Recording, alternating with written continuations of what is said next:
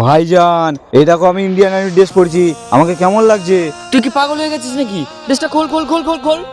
আরে ভাইজান তুমি এটা কি বলছো? আমি এখন বর্ডারে যাব, সব ফৌজিকে মেরে তবেই আমার দেশের নাম উজ্জ্বল করব। তুই হয়তো জানিস না, তোর মতো আরো 10 জন ওই ফৌজিকে ওখানেই মারতে গেছিল, কিন্তু ওখানে গিয়ে মারা পড়ে গেছিল। আর তুইও যদি ওদের মতো ওখানে যাস তাহলে তুইও মারা পড়বি।